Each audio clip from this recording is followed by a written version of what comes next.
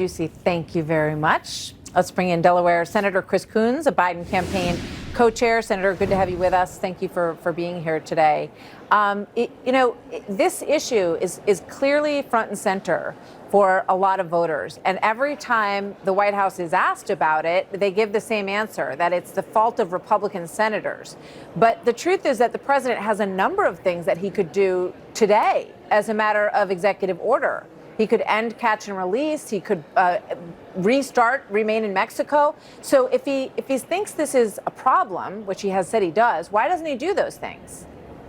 Martha, President Biden sent a request up to the Senate now months ago for the funding to hire thousands more Border Patrol agents, to increase deportations, to increase fentanyl interdiction, and to strengthen our border security. That is a part of the package that we're debating here in the Senate, along with policy changes that would strengthen border security.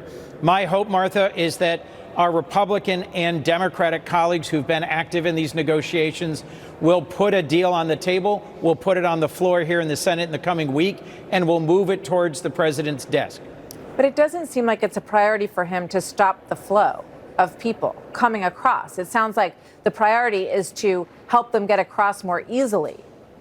I couldn't disagree more. Okay. It is not President Biden's priority to increase the flow of people into the United States. Well, that's what he said in the debate. I mean, Martha, he said Martha, you should come. You ask the question, and then I'll answer. You ask the question.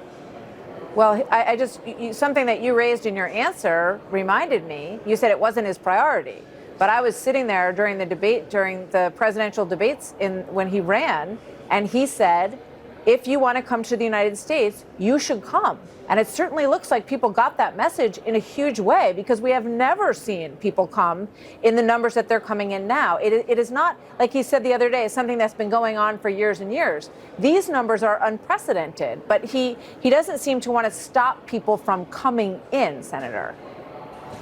Martha, in his first State of the Union speech, President Biden called on Congress to change our laws, to strengthen our immigration system, to make it safe, legal, and humane, and to invest in border security.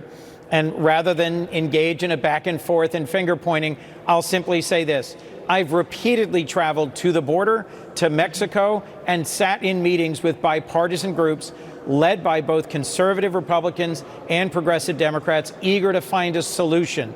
We are now at the very end of what has been a months-long process of negotiating the funding and the policy changes needed to stem the record flow of people coming to our border and seeking asylum. I intend to support the package. My hope is that Republicans will as well.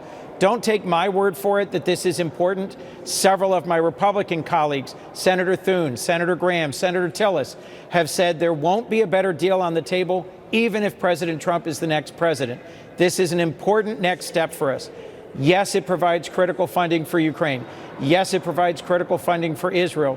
Yes, it provides critical funding for border security, but it also creates legal changes in policy that will be lasting, not subject to courts overturning them or a next administration changing them. So I intend to support this package, and I'm hopeful that a significant number of Republicans and Democrats here will as well. Okay. Can I get a quick thought on your trip to Ukraine before we go? Just a quick update, if you can, Senator. I was recently in Europe with Senator Mike Rounds. We went to Warsaw and Slovakia and to Switzerland. We met with President Zelensky, his foreign minister, defense minister. Ukraine is in a desperate situation. They need more military resources from the United States. 50 other countries have also contributed, collectively more than we have. But I think it's urgent that we come to their aid and support in the depths of winter as they continue to fight for freedom against Russian aggression. Also guaranteed to be a big issue in the presidential election. We'll see where it goes. Senator, thank you. Always good to have you with us. Thank you, Martha. Senator Coons from Delaware.